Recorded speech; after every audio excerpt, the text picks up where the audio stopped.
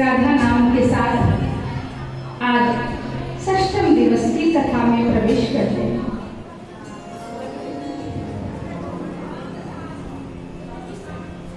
श्री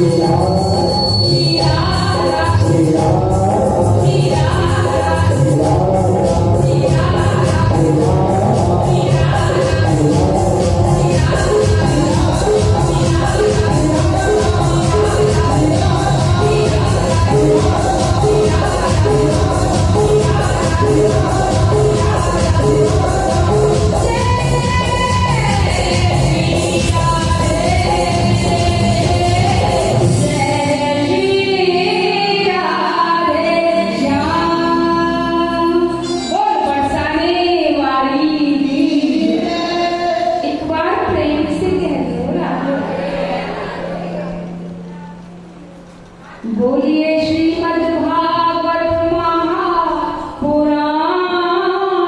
की जय। प्यारे भक्तों, श्री कृष्ण भगवान ने कल की उंगलिया पे गिरवर धारण किया और सारे ब्रजवासियों की रक्षा की। ब्रजवासी तो वैसे ही जन्मों जन्मांतर से हरि की प्रेम में खोई हुई दिव्य आत्मा है, और आज तो उनके प्यारे हैं, उनके लिए अपनी घर की उंगलियां अपने गिरवर धारण करके खड़े हो गए। ब्रजवासियों का तन मन धन सब न्यौछावर हुआ जा रहा है अपने कन्हैया पे, और ब्रज की गोपियों के तो हाल ना पूछो। एक तरफ श्री कृष्ण की बांसुरी जान लिए जाती है, तो दूसरी तरफ उनकी रूप माधुरी और उसमें भी नटखट लीलाएं। वास्तव में ऊपरी तौर पर हरदम गोपियों की और श्री कृष्ण का झगड़ा रहता है। सखियों के साथ राधा जाने कन्हैया ठाड़ो जब ए सखी ऐसे ना जाने दूंगा पहले माखन, और गोपी भी कहूँ ना, अगर कहूँ गलती से कन्हैया घर में आ जाए, ओ कन्हैया जरा हमारी देख तो माखन में कितनी चीटी पड़ गई, तनक चेटी बेल दे। अच्छा गोपी, अब हमसे चीटियों बिलवाओगी? हाँ हाँ कन्हैया, चिंता मत कर, कोई बहुत सारी छाछ मांगू। अरे कन्हैया, तनक नाच के तो दिखा दो, दो ठुमका तो लगा दो। आज जगत के पालनहारे गोपियों की थोड़ी थोड़ी छाछ के लिए ठुमक ठुमक के नृत्य करने। आज ब्रज का सारा सौंदर्य मानो श्री कृष्ण की इन लीलाओं में सिमट के आ गया। लेकिन ऐसा ही नहीं है, मैंने आपको बताया था कि ये गोपियां जन्म जन्मांतर के वो महात्मा हैं। कौन है गोपियां? गोपियों का वर्णन करने में 3 प्रसंग आते हैं। एक तो मैंने बताया, जब श्री राम दंडक वन को गए तो ऋषि मुनियों का मन मंत्र मुग्ध हो गया।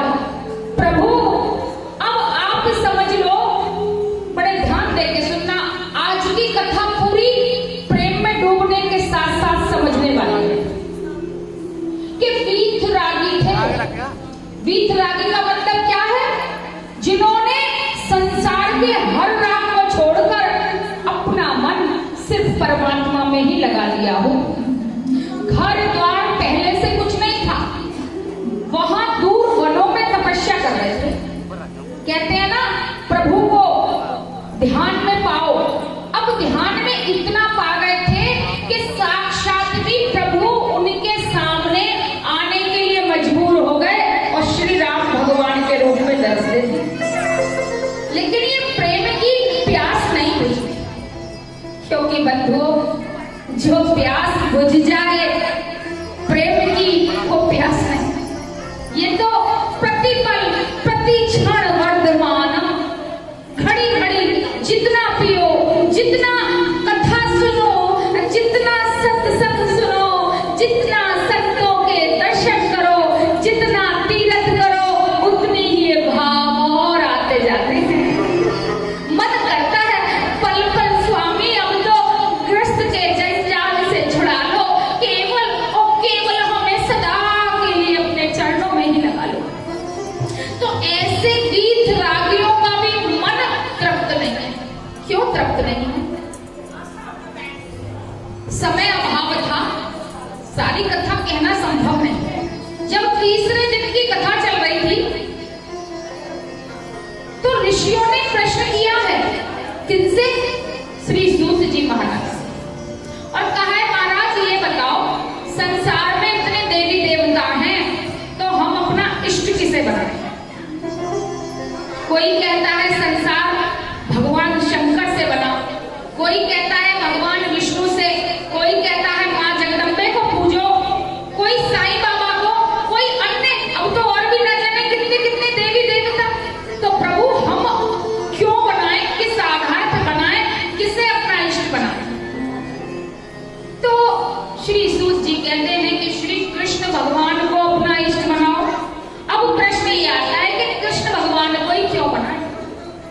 तो बंधुओं सुनो, आप देखो, वैसे तो चाहे भोले बाबा का हो, चाहे जगदम्बे मैया का हो, चाहे विष्णु भगवान कह लो, भगवान तो है ही नहीं।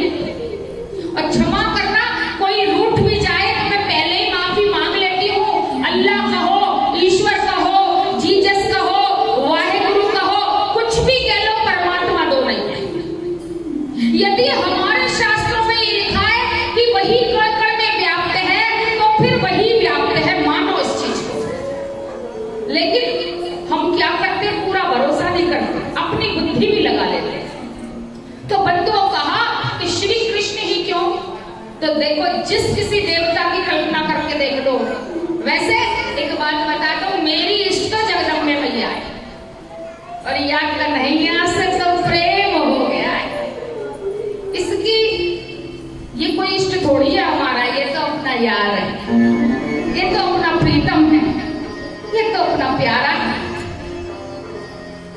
आज किसी भी देवी देवता का नाम लेकर देखना, है ये उन्हीं भगवान के रूप, माता के भी रूप हैं, लेकिन आप किसी को गाली देके नहीं बोल सकते।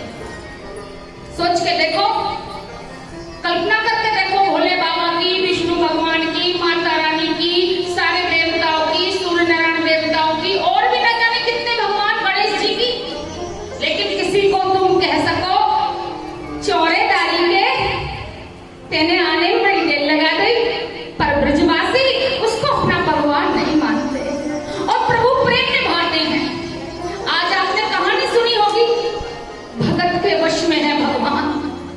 एक मैया ने लाला समझ लिया, बेटा समझ लिया लड्डू गोपाल को, और डॉक्टर आया, क्योंकि लड्डू गोपाल गिर गए थे उनकी बहू से, और कहा डॉक्टर मेरे बेटे को चेक कर। और जब डॉक्टर ने सोचा कि ऐसे ही मन रखने के लिए चेक कर देता हूँ, और जब आधा लगाया और देखा तो उस लड्डू गोपाल की मूर्ति में भी धड़कन बोल रही थी। बंधुओं, ये सिर्फ कलयुग की सच्ची घटना है, कोई भजन नहीं है, ये बिल्कुल सच्ची घटना है। आज भी जो सबसे बड़ी कृपा हम कलयुग वासियों पे है, वह क्या है, प्रभु का एहसास। आपके साथ भी होता होगा, मुझे पता है। यहाँ कई भगत तो बड़े प्यारे प्यारे बैठे, उनसे बहुत अटैचमेंट है, और आप सभी के सभी उनके भगत हो, क्योंकि अगर भगत ना होते तो यहाँ बैठ के कथा में आपको प्रभु ने बुलाया है। सब पे ही भगवान की कृपा है।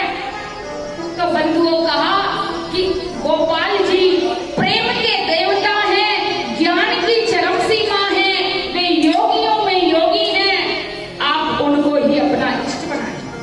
तो गोपी दोनों भावों से प्रभु को चाह रही, एक तरफ तो उनको ही अपनी पूजा पाठ समर्पित कर रही, और दूसरी तरफ वे उनके प्रीतम हैं। गोपी जब आई है तो उन्हें याद नहीं है कि हम कौन हैं। और मैं बार बार कहती हूँ, अध्यात्म को समझते चलो, कथा प्रतीकात्मक है। यहाँ पर गोपी का अर्थ है जीवात्मा। कैसी जीवात्मा? जिसकी हर इंद्री श्री कृष्ण के नाम का ही रसपान करे, वह जीवात्मा ही गोपी कहलाती है। अब बड़ा थोड़े सरल शब्दों में समझाती हूँ। कई मैया आई हुई हैं, और माताओं के समझ में हो सकता है ये इंद्रियों की भाषा समझ में ना आए, और कथा वह जो भगत को सुन के समझ में आ जाए, इतनी समझ में आ जाए कि वो उसको जीवन में उतार सके। बंधुओं, यहाँ से गए 4 दिन के लिए, तुम्हारे विचार अच्छे हो गए, और वहां जाके फिर राग रंग में खो गए, तो आपने जो कुछ भी किया वो केवल एक अथक मेहनत है, उससे ज्यादा कुछ भी नहीं। थोड़ा सा आनंद ले लिया, मेहनत कर दी और आनंद लूट के घर बैठे। सफलता तब है जब आप जैसे प्रसाद लेके जाते हो ना, तो सच्चा प्रसाद ले जाओ। और सच्चा प्रसाद क्या है कि प्रभु जो गुण हमारे अंदर आप लाना चाहते हो, वे गुण हमारे अंदर आ जाए।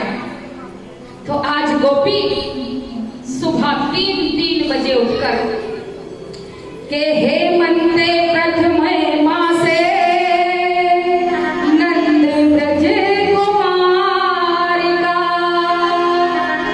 में से प्रथम मास में ये ब्रज की गोपियां अपने श्री कृष्ण के लिए आराधना करने चली है।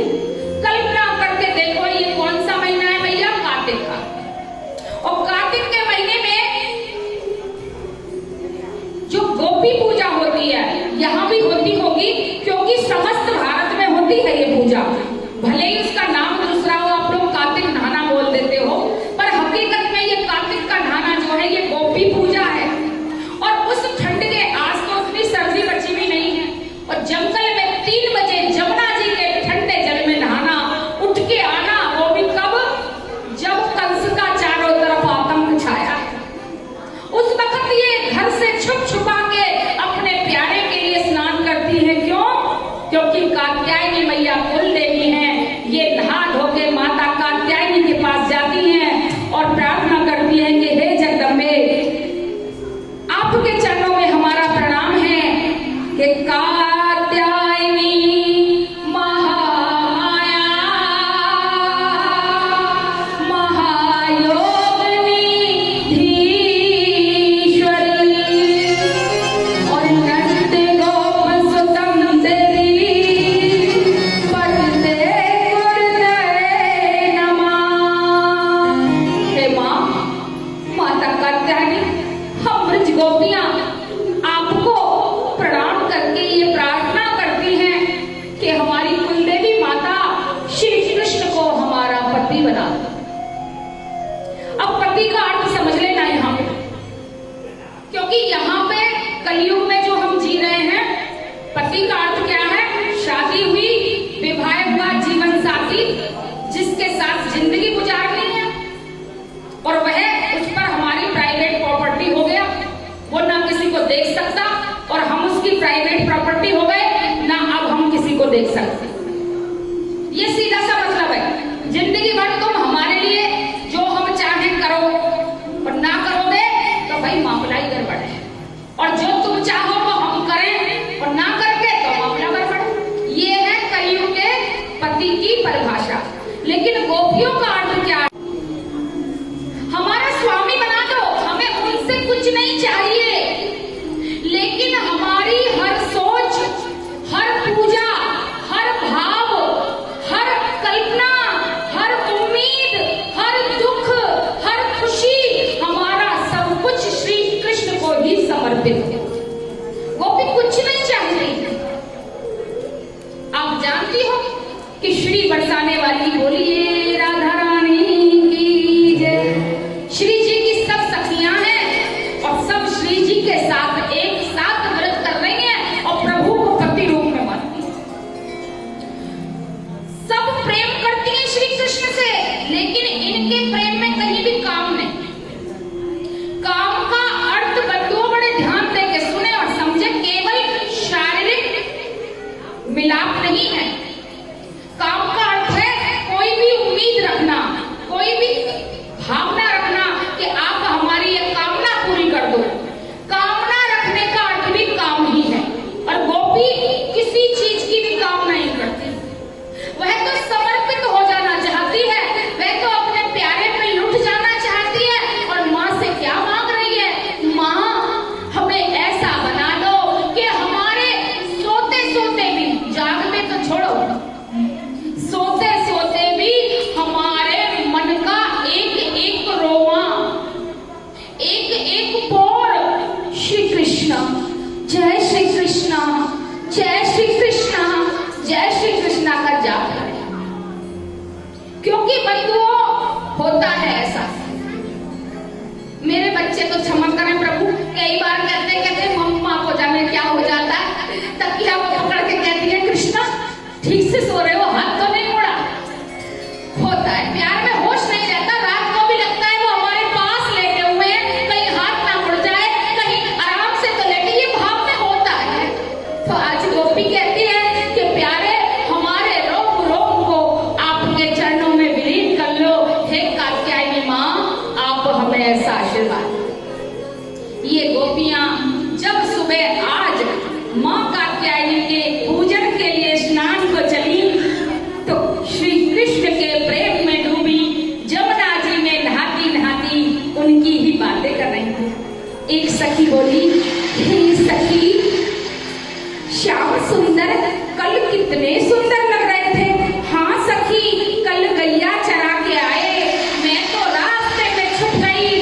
हाय दूर से देखो, अगर सामने आ जाती तो नटखट छेड़छाड़ कर देते और हम उनको झूठा गुस्सा दिखाते, लड़ाई झगड़ा करते। पर कल मैंने देखा सखी, उनकी आंखों से करुणा बरस रही थी। दूसरी सखी कहती है, हाँ सखी। तीसरी सखी बोली, बस करो, अब सहन नहीं होता, प्रीतम के दर्शन को मन करता है। सारी सखियां कहने लगी, हाँ काश वो आ जाते, काश वो होते तो कितना अच्छा होता, आज ब्रह्म मुहूर्त में उनके दर्शन हो जाते। तभी अचानक एक सखी ने कहा, चलो चलो ऐसा करते हैं, जल्दी से वस्त्र पहनो, माँ का पूजन करो और चलो चलो श्याम सुंदर को दर्शन को चलो। तब तक उन्होंने किनारे पर निगाह दौड़ाई, अरे सखी, हमारे वस्त्र तो यही थे, ये कहाँ चले गए। अब चारों तरफ घूम के देखें, गर्दन घुमाए और बंद हो कहीं वस्त्र नजर न आए। तब तक एक सखी की निगाह कदम की डाली पे गई। बोली, सखी देख तो सही, कैसो जमानो आ गए, अब तो कदम पे फूल खिलने लगे, हरे गुलाबी लाल पीले फूल खिल रहे। दूसरी ने कही, देखो सखी कहाँ है। गौर से बोली, और ये बहना, ये फूल ना है, और ये तो हमारी चुनरिया है, और ये हमारे कपड़ा चोरी है गए, किसने चुराए। तब तक ऐसा कहा, श्री कृष्ण भगवान ने वेणु वादन शुरू किया। भगवान की मधुर बांसुरी सुनी। अब गोपियों के दिल की धड़कन बढ़ गई, मन कर रहा है अभी निकल के आ जाए, लेकिन लज्जा रोक रही, क्योंकि गोपी अभी भूल चुकी है कि वह कौन है। गोपियां कौन थी मैंने बताया, श्री राम जब दंडक वन को गए तो वे ऋषि मुनि गोपी हैं। दूसरे वेदों की ऋचाएं, अर्थात जब श्री व्यास भगवान ने वेद लिख दिए तो वेद कहने लगे, प्रभु हमें ज्ञानी तो पढ़ लेते हैं और भगवान से मिलन का हम माध्यम भी हैं, लेकिन हम वो रस प्राप्त नहीं कर पाते जो भक्तों को मिलता है, क्योंकि भगवान के श्रृंगार रूप के दर्शन और ये प्रेम जो श्री कृष्ण लुटाते हैं, श्री राम लुटाते हैं, वे हम उससे वंचित रह जाते हैं। तो आज वेद की ऋचाएं भी गोपियों का रूप धारण कर करके आई।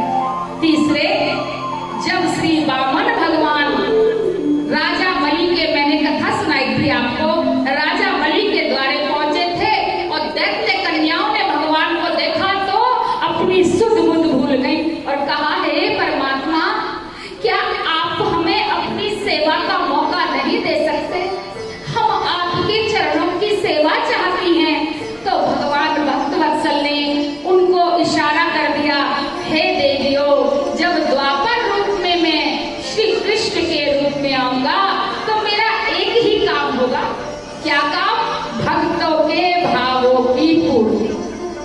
और एक बात और बता दो, ऐसा नहीं है कि आज प्रभु कहीं चले गए हैं, भावों की पूर्ति नहीं हो रही, आज भी वे भक्तों को दर्शन दे रहे हैं निरंतर। और ये एहसास की जो दौलत है ना बंधुओं, यही तो हमारे पास वो पूंजी है जो हमें भगवान के मिलन का आभास कराती है। ये आभासी गोपियों के पास था। जैसे एक सखी काजल लगा रही है और सोच रही है, हे श्याम सुंदर, हम कैसी लग रही हैं, काश तुम हमें देखते। तुरंत पीछे से आवाज आई, सखी एक आंख में काजल ज्यादा है, जरा ठीक कर दो। सखी रीझ गई, फूली ना समाई। एक सखी माखन चला रही है और कह रही है कि ऐसा सुंदर लौना निकलो है, अरे गोपाल तुम्हें तो माखन को बड़ा शौक है। तब तक पीछे से आवाज आई, भाभी ला खवा देना। गोपी उनको माखन खिला रही। सोचते ही